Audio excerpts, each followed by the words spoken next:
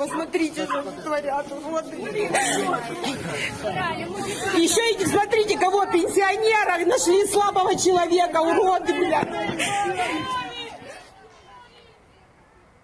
Well, as Kherson is one of the cities that continues to be surrounded by the Russians, in this particular visual, we can see Russian troops opening fire on civilians in Kherson. According to preliminary information, one person was injured.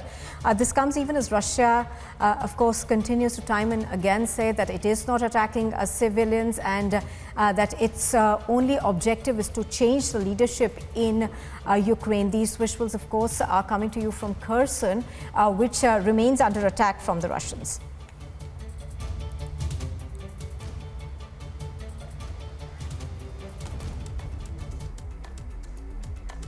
US President Joe Biden held a call with the European allies ahead of his trip this week to Europe for urgent talks with NATO as Russian forces concentrate their fire upon cities and trapped civilians in a nearly month-old invasion of Ukraine. Ukraine's State Service of Special Communications and Information has released a video showing people running away from the Freedom Square in Kherson amid sounds of stun grenade explosions and rounds of shots. Пиздец!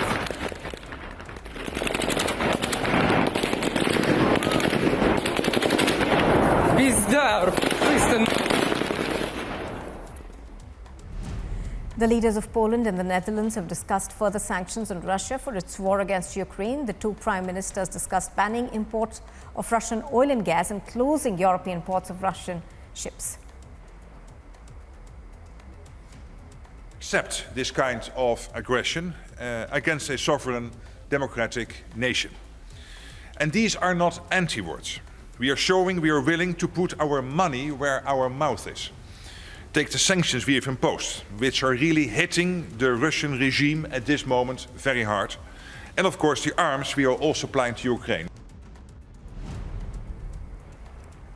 US military officials have said that the Russian offensive has become bogged down in some parts of Ukraine, but Russia has intensified its efforts to pound Ukraine's port city of Mariupol into submissions. After population centers so that they could take control of key ports, key cities, key government institutions, and supplant the government of Ukraine with one more friendly to Russia, and then basically over time erase the sovereignty of Ukraine. And President Joe Biden has advised U.S. corporations to strengthen their cybersecurity practices because of intelligence reports indicating that Russia is looking at potential attacks. Soon after that, the State Department said that Moscow must have to pay a very heavy price if Russia launches such an attack against the U.S.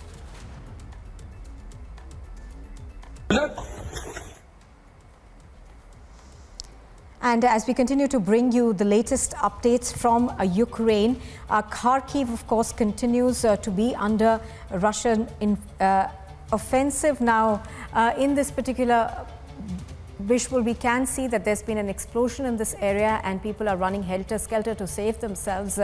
Kharkiv, of course, continues to be surrounded by the Russian army, which is hoping to be able to enter into Kharkiv. This visual, of course, depicts the kind of trauma that Ukrainians are having to undergo with Russia consistently bombarding these cities.